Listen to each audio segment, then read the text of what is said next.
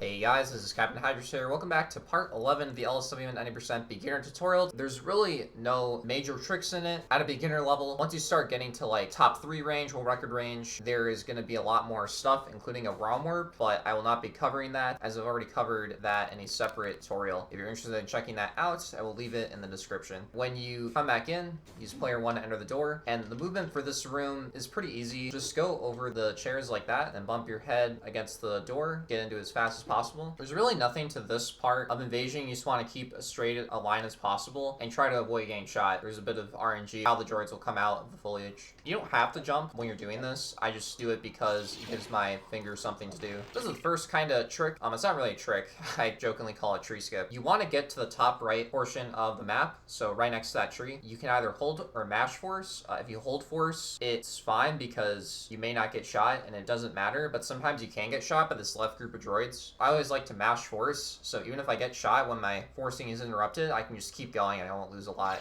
So position yourself here.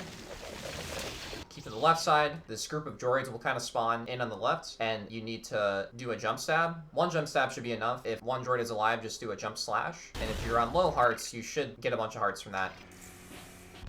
That tanker can be very detrimental if you're too close. Try to force it from the left so the explosion doesn't kill you. Sometimes a droid can be shooting you as you're trying to force the tanker. And what I like to do is just move forward a bit more, and that usually deloads the enemy behind me. But you'll really take a death in this first part of the room. Then after that, just jump over this piece of rubble and then go into the cutscene. So I believe this is the only time we're going to be playing as Jar Jar in the game, and he doesn't really have anything too special about him, but he's a high jumper character, kind of like Grievous. As soon as the cutscene ends, just run forward, switch to Jar Jar, and then be sure to jump up these stairs, kind of keep a tight line into this doorway. During this transition, switch to Obi-Wan. You want to force this platform from about here. And then Jar Jar's going to start running forward, switch to Jar Jar as soon as he runs past you. As soon as you get onto here, you want to run back immediately to the left, switch to a Jedi. You can either force or jump slash the droid, doesn't really matter. Force that lever, and then you can do the rest of this level with the Jedi. Pretty self-explanatory. You can actually force this next structure without getting shot, and you want to stand about here at the screen patch. Kind of curve around and get hit by these guys. So now, go to about like here-ish, to the prison cell. I don't really know what to call that. Force the rubble, switch to Jar Jar. The line that you take in this room is kind of preference, but you don't want to take it too far towards the bottom. There's slight variations that everyone does in that room for the route that you take, but it's generally the same. I'll kind of show you what I like to do. I like to go around the tree. Jump from this tanker leg. And you can do like delayed jumps or quick double jumps. I just like to do quick double jumps, doesn't matter too much. You can get onto this platform from the left, or you can get onto it from the bottom, doesn't really matter. You don't have to jump here, you can just walk. As soon as you can walk in, just kind of double jump, spam your way into it. This room is kind of like the first part of the invasion. You just want to jump. Oh yeah, one thing I forgot to mention is that sometimes in that room, if you're really low health, you can get shot by the droid machine thing. I don't really know what to call it. It's pretty rare though. Usually you should have full health entering that room. Escape. It's kind of like invasion, but there's actually no tricks. There's no arch clip in this game. It does not work. With characters, it doesn't really matter which one you use. People have said Panaka is faster. I think it's placebo. It doesn't really matter which one you use. Panaka is a bit farther back when you start in this stage, so it's going to be a bit slower to switch to him. As soon as you start out, kind of keep a line to the left here. Pull your blaster, B. You can kill those guys if you want to the left, you don't have to. I like to do decent jumps to avoid the blaster bolts. It's random whether you get a heart from these guys. Shoot that as you come up. Now, this part is kind of tricky. You want to go to the left, keep kind of a wide line going towards the door, start a series of descent jumps where they won't be able to shoot you, even if all of them are shooting you at once, because it's a giant group of droids. It's kind of hard to avoid. But I almost kind of got it there. Admittedly, as a beginner, you'll probably die in this room. Every death costs like 3 seconds, and overall, it's very hard to get a deathless escape with good lines. Once you enter this room, keep to the left again. I like to spam B to kill these guys. Hold bottom right, and then jump shot this window. I like to do a jump shot from this railing here.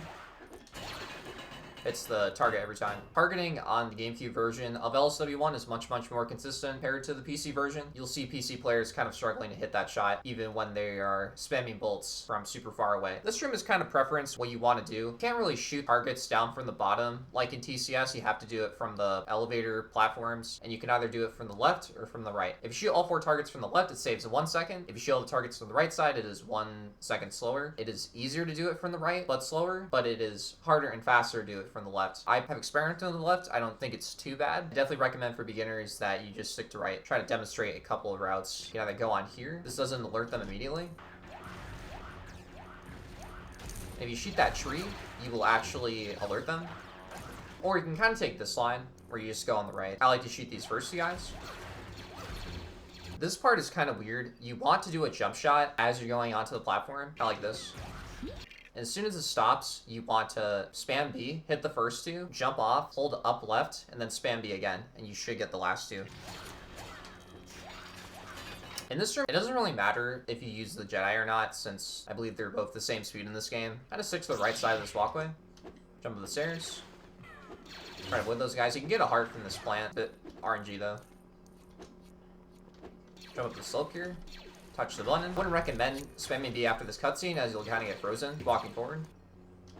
Go for the block here, shoot this, and then jump into it. Okay, so Podrace is a stage that I won't be covering everything on because sections of it do repeat. In the latter laps, I'll only be covering general fundamental tips as well as what to do in each unique section. There's also a couple of routes to mention. Going right into pulls, that loses time, but it's only frames. Sometimes in certain parts of the level, you need to head straight into pulls to get a more direct line. In this game, you cannot bump into racers like in TCS. Everyone is transparent. You can still die though by running into walls, taking damage from walls, as well as hitting insta-kill triggers like boulders and stuff, or not hitting certain doors before the IGT ends. The more that you die in Podrace, the difficulty adjusts, kind of like Resident Evil 4. The game gives you more IGT or in-game time to work with, that green timer there. So if you don't die at all, you're gonna have the tightest amount of IGT possible, getting to the point where if you get to the final part of the 3rd lap, you cannot miss a single boost pad. If you do, the game is programmed not to let you finish. In this game, you also move a lot slower compared to TCS, so it's a bit easier to control. Going into pulls also gives you hearts, but it's again random. Same with crystals, that is a lot more rare. You won't be hitting a lot of crystals if you're taking good lines. I won't be going over every single line to take in every single room. That's something that naturally comes over time, but if you want to look at a really good Podrace, I'm going to link Lavafane's IL record for this stage in the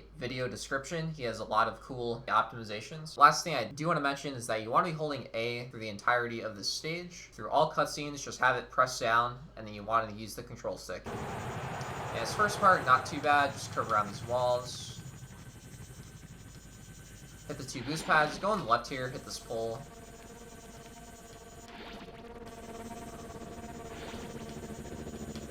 Bumping into objects naturally will lose you time because you're going to be wasting IGT.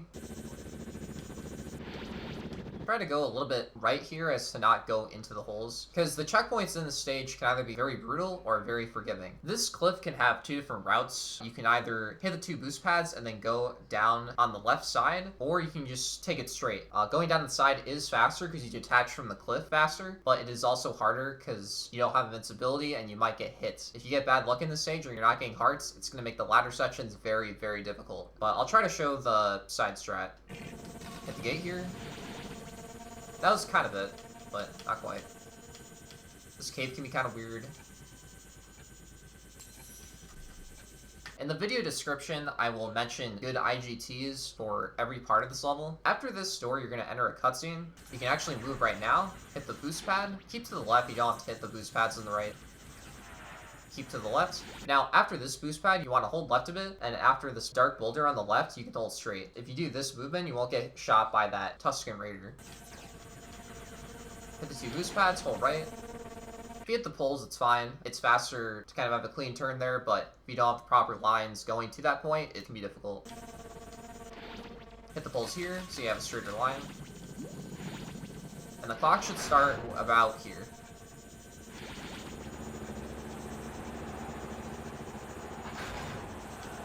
So you can start moving that now. And this section's pretty easy. There's no bombs yet, so it's pretty self-explanatory. Just hit the sides of these boost pads.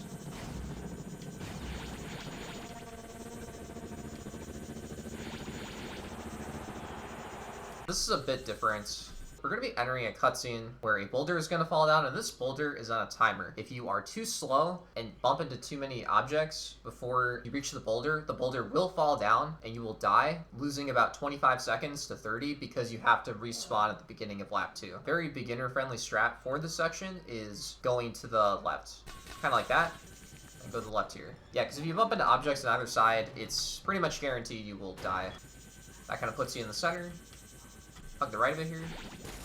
There you go. The thing that can happen there is if you hug too far right and you'll actually hit the corner, and then the corner bump will launch you into the boulder, and that can also kill you. It's happened to me in a run before. It was really stupid. This next room is going to be a bit more difficult because there's a bunch of falling boulders, but there's a very easy route that you can do, and it involves hitting a boost pad. So tap right a bit, hit this boost pad, and then you want to hug left. Try to go between these two boulders, and you should go through it every time. I believe if you die, the boost pad will not be there, so it's going to be a bit harder going between those boulders. Just keep that in mind. The only difference of this part is that you now have to go on the right side after you're boosted by the two pads. Hit the one pole in front of you, if there is one, and then start hugging right. Nothing too different. This part is the hardest because there's a ton of boulders. It doesn't necessarily matter which route you take. The difference is probably half a second or so between all of them. I find the left side the easiest, but choose what works for you. I'm going to demonstrate 2 of them. The third one, I consider it the hardest, and you will take a lot of damage if you don't do it correctly. So if you're going to take the left route, do not hit this boost pad. If you do, you will die. The route for the left is you want to start holding left after this boulder. That was a bit bad. Then you can get around this, hit the boost pads on the left, and you should be good to go. Because I died, there's no boost pad. It's going to make the middle a bit harder. But what you want to do is go right, then left, then right. The only difference in this section is that there's going to be bombs now, so it'll be more precise to take good lines. But as long as you're mindful, you should beat this. You will hit a couple of bombs, just on average. And there you go. That's Podrace. Okay, in the next episode, we're going to be covering feed. I hope this video helped, and I'll talk to you later. Bye.